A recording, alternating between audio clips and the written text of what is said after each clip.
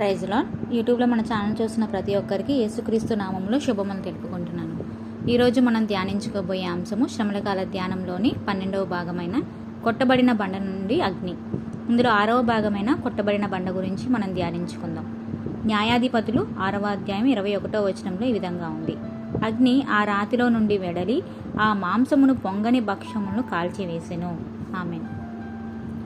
ఇందులో 6వ అంశంగా బండ నుండి అగ్ని. దేవునికి తన విశ్వాస జీవితం అనుకూలంగా ఉందో లేదో తెలుసుకోవడానికి గిద్యోను ప్రభు ముందు తన జీవితాన్ని అర్పణగా పరిచాడు. గిద్యోను విశ్వాస జీవితం తనకు ఆమోదయోగ్యం అని ప్రభు గిద్యోను తెచ్చిన మాంసాన్ని పొంగని రొట్టెలను తన చేతికర్ర కొనతో ముట్టాడు. అప్పుడు బండలో నుండి అగ్ని పైకి లేచి మాంసాన్ని పొంగని రొట్టెలను కాల్చివేసింది. బండలో నుండి అగ్ని ఎందుకు వచ్చింది?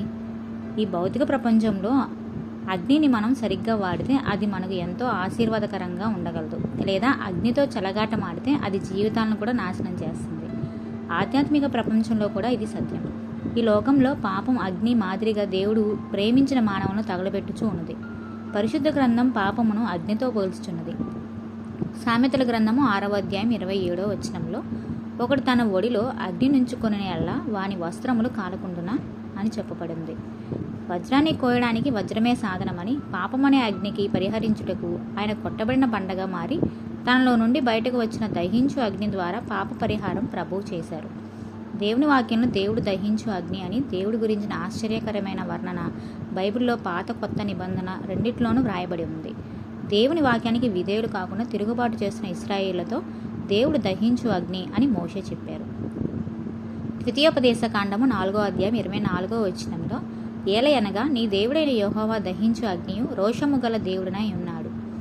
కొత్త నిబంధనలో హెబ్రీలకు రాసిన పత్రిక రచయిత పౌలు భక్తుడు కూడా ఇదే మాటలు చెప్పాడు. హెబ్రీలకు రాసిన పత్రిక 12వ అధ్యాయం 29వ వచనంలో, ఏలయనగా మన దేవుడు దహించు అగ్ని అయి ఉన్నాడు అని చెప్పబడింది. ఈ లోకంలో చాలామంది ఈ విధంగా దేవుని గురించి దహించు అగ్నిగా ఆలోచించరు. దేవుడు అంటే ప్రేమ స్వరూపి అని, దయగల దేవుడిగా ఆలోచించడానికి మాత్రమే ఇష్టపడతారు. కానీ కఠినమైన బండల్లో నుండి అగ్ని రూపంలో బయటకు వచ్చే దేవుని రోషాన్ని తీర్పు రూపంలో కూడా మనం చూడవలసి ఉన్నది. అగ్ని అనేది ఆయన స్వభావమై ఉన్నది. దేవుని పరిశుద్ధ అగ్ని రూపంలో ఉంటుంది. పాపిని పరిశుద్ధిగా చేయాలంటే అగ్నితో పాప పరిహారం చేయుటకే దేవుడు తన స్వభావాన్ని వ్యక్తపరిచారు. దేవుని మహిమ, దేవుని పవిత్రత దహించు అగ్నితో పోల్చబడింది.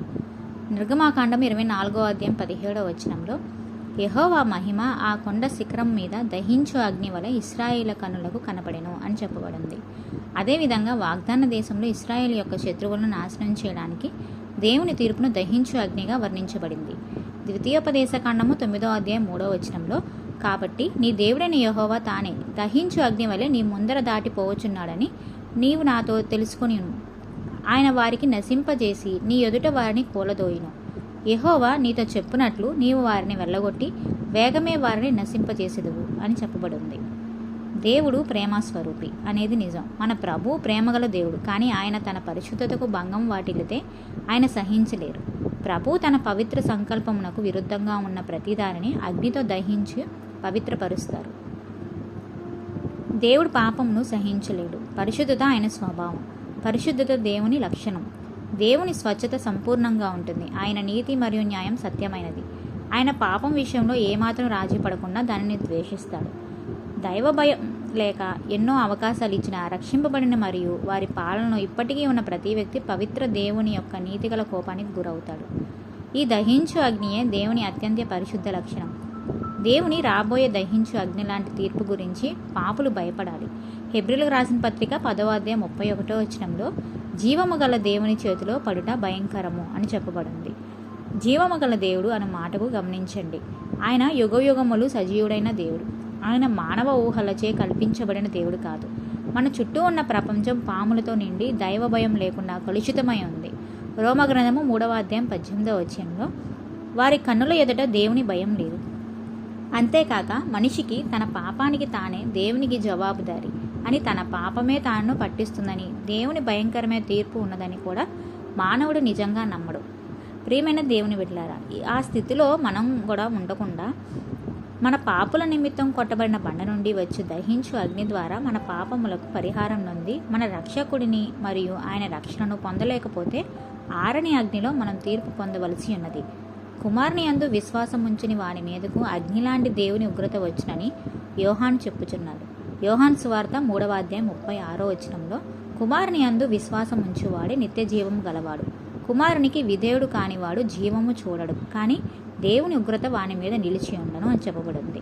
కొట్టబడిన బండైన యేసు నుండి వచ్చే అగ్ని చేయు కార్యములు మనం క్లుప్తంగా చూద్దాం. మొదటిగా అగ్ని దేవుని ఉగ్రతను నిత్యాగ్ని చూస్తుంది. దేవుని కోపాగ్ని వారికి వ్యతిరేకంగా రగులుకుంటూ ఉన్నప్పటికీ అనేకులు వారి కోరికలకు మాత్రం పట్టపగ్గాలు లేకుండా ఉన్నాయి. దేవుడు పరలోకం నుండి తమకు అనుగ్రహించిన కృపను కూడా తృణీకరించడానికి ఈ దినాల్లో అనేకులు తెగించుచున్నారు. దేవుని కోపం సమస్తమైన అక్రమాన్ని, పాపాన్ని తగలబెట్టేసే మంట లాంటిది. మత్తయి సువార్త 3:10 వచనంలో మంచి ఫలం ఫలింపని ప్రతి చెట్టును నరకబడి అగ్నిలో వేయబడిను. అదేవిధంగా లూకాసు వార్త 3:17 వచనంలో ఆయన తన కళ్ళమును బాగుగా శుభ్రమం చేసి తన కొట్టులో గోధుమలు పోసి ఆరని అగ్నితో పొట్టు కాల్చివేయనని అందరితో చెప్పెను అని చెప్పబడింది. సోదమ గొమొర్రా, ఆకను, నాదాబు, అబీబు, కోరహు మరియు కోరహు సంబంధులు దహించు అగ్ని ద్వారా శిక్ష పొందిన విషయాన్ని మనం మరువరాదు. రెండవ అంశంగా అగ్ని దేవుని కాపుదలను సూచిస్తుంది. 2వ రాజుల గ్రంథము 6:17 వచనంలో యెహోవా వీడు చూచినట్లు దయచేసి వీని కండ్లను తెరవమని ఎలీషా ప్రార్థన చేయగా యెహోవా ఆ పనివాని కండ్లను తెరవచేసెను. కనుక వాడు ఎలీషా చుట్టూ పర్వతము అగ్నిగుర్రముల చేత రథముల చేతను నిండి ఉండుట చూచెను. అదేవిధంగా జకర్యా గ్రంథము 2:5 వచనంలో నేను దాని చుట్టూ అగ్ని ప్రాకారముగాను ఉందును, నేను దాని మధ్యను నివాసినై మహిమకు కారణముగా ఉందును, ఇదే యెహోవా వాక్కు అని చెప్పబడింది. మూడవ అంశంగా అగ్ని జీవితాలను పరిశుద్ధం చేయు దేవుని వాక్యం. ఇర్మియా గ్రంథము 23:29 వచనంలో నా మాట అగ్ని వంటిది కాదా, బండను బద్దలు చేయు శక్తి వంటిది కాదా. ఇర్మియా గ్రంథం 5:14 వచనంలో కావున సైన్యములకు అధిపతియగు దేవుడు నాకు యెహోవా ఇలాగు సెలవిచ్చుచున్నాడు, వారు ఈ మాటలు పలికినందున నా వాక్యములు వారిని కాల్చినట్లు నీ నోట వాటిని అగ్నిగాను ఈ జనమును కట్టెలుగాను నేను చేసేదను, ఇదే యెహోవా వాక్కు అని చెప్పబడింది. అదేవిధంగా నాలుగో అంశంగా అగ్ని మనలను సర్వసత్యంలోనికి నడిపించు పరిశుద్ధాత్మకు సాదృశ్యం. లూకాసు వార్త 3:16 వచనంలో ఆయన పరిశుద్ధాత్మలోను అగ్నితోనూ మీకు బాప్తిస్మం ఇచ్చును.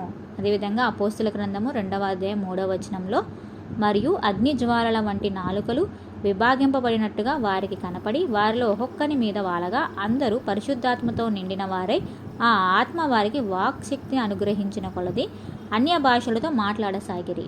అదేవిధంగా నిర్గమాకాండము 13:21 వచనంలో వారు పగలు రాత్రియు ప్రయాణం చేయనట్లుగా యెహోవా త్రోవలో వారిని నడిపించుటకై పగటివేళ మేఘస్తంభంలోనూ వారికి వెలిగించుటకు రాత్రివేళ అగ్నిస్తంభంలోనూ ఉండి వారికి ముందుగా నడుచవచ్చును.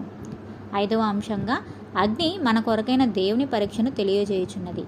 1 పేతురు 4:12 వచనంలో ప్రియులారా, మిమ్మును శోధించుటకు మీకు కలుగుచున్న అగ్ని వంటి మహాశ్రమను గురించి మీకేదో ఒక వింత సంభవించినట్లు ఆశ్చర్యపరకుడి. మలాకీ గ్రంథము 3:2 వచనంలో అయితే ఆయన వచ్చు దినమును ఎవరు సహింపగలరు, ఆయన అగుపడగా ఎవరు ఓర్వగలరు, ఆయన కంసాలి అగ్ని వంటివాడు. 1 పేతురు 1:7 వచనంలో నశించిపోవు సువర్ణము అగ్ని పరీక్ష వలన శుద్ధపరచబడుచున్నది కదా, దానికంటే అమూల్యమైన మీ విశ్వాసము ఈ శోధనల చేత పరీక్షకు నిలిచినదే యేసుక్రీస్తు ప్రత్యక్షమైనప్పుడు మీకు మెప్పును మహిమయు ఘనతయు కలుగుటకు కారణమగును. ఆరవ అంశంగా అగ్ని దేవుని మహిమ వెలుగును తెలియజేయుచున్నది. నిర్గమాకాండము 24:17 వచనంలో యెహోవా మహిమ ఆ కొండ శిఖరం మీద దహించు అగ్ని వలె ఇశ్రాయేలు కన్నులకు కనపడెను. అదేవిధంగా 2వ దినవృత్తాంతములు 7:1 వచనంలో సొలొమోను తాను చేయు ప్రార్థనను ముగించినప్పుడు అగ్ని ఆకాశం నుండి దిగి దహన బలులను ఇతరమైన బలులను దహించెను, యెహోవా తేజస్సు మందిరము నిండా నిండెను అని చెప్పబడింది. 7వ అంశంగా అగ్ని దేవుని అంగీకారాన్ని తెలియజేయుచున్నది. యేసు అనే రాతి నుండి అగ్ని వెడలి భాక్ష్యములను కాల్చివేయనట్లుగా మనం చూడగలం. న్యాయాధిపతులు 6:21 వచనంలో అతడు అలాగు చేయగా యెహోవా దూత తన చేతనున్న కర్రను చాపి దాని కొనతో ఆ మాంసమును ఆ పొంగని భక్ష్యములను ముట్టినప్పుడు అగ్ని ఆ రాతిలో నుండి వెడలి ఆ మాంసమును పొంగని భక్ష్యములను కాల్చివేసెను. దేవుడు గిద్యోను అర్పణ పట్ల తన సంపూర్ణ సమ్మతిని బహిరంగంగా వెల్లడి చేశాడు. దేవుడు ఏలియా అర్పణ అంగీకరించారు. 1 రాజుల గ్రంథము 18:38 వచనంలో అతడు ఈలాగున ప్రార్థన చేయుచుండగా యెహోవా అగ్ని దిగి దహనబలి పశువును, కట్టెలను, రాళ్లను, బుగ్గిని దహించి కందకమందున్న నీళ్లను ఆరిపోచేసెను. అదేవిధంగా 39వ వచనంలో అంతటా జనులందరూ దాన్ని చూచి సాగిలపడి యెహోవాయే దేవుడు, యెహోవాయే దేవుడు అని కేకలు వేసిరి. యోహాను మండుచున్న దీపముగా ఉన్నట్లు మనము దహించు అగ్ని ద్వారా మండించబడటమే కాకుండా అనేకులకు ఆ పరిశుద్ధ అగ్నిని తాకించి వారిని నరకపు అగ్నిలో నుండి వారిని రక్షించవలసిన వారమై ఉన్నాము. యోహాను సువార్త 5వ అధ్యాయం 35వ వచనంలో అతడు మండుచున్న ప్రకాశించుచున్న దీపమై ఉండెను అని చెప్పబడింది. కొందరు సందేహాలతో కొట్టుమిట్లాడుతున్నారు. కొందరు తీవ్రమైన అపనమ్మకంలో ఉన్నారు. వారు దేవుని తీర్పు అనే అగ్నిలో ఉన్నారు. వారిని రక్షించాలంటే చురుకుగా సువార్త ద్వారా చర్య తీసుకోవాలి. యూదాగ్రంథము 1వ అధ్యాయం 23వ వచనంలో అగ్నిలో నుండి లాగినట్టు కొందరిని రక్షించుడి అని చెప్పబడింది. పరిశుద్ధాత్మ అగ్ని ఈనాడు ప్రపంచమంతా ఉజ్జీవ అగ్నిని కుమ్మరింపచేస్తున్నాడని మనం గ్రహించాలి. ఇశ్రాయేలీలు అగ్నిస్తంభంలో దేవుని కృపను, బలమును పొందుకొని ప్రయాణంలో ముందుకు సాగిపోనట్లుగా మనం కూడా బండ నుండి వచ్చిన అగ్ని ద్వారా ముందుకు సాగుటకు పరిశుద్ధాత్మ దేవుడు సహాయం దయచేయునుగాక.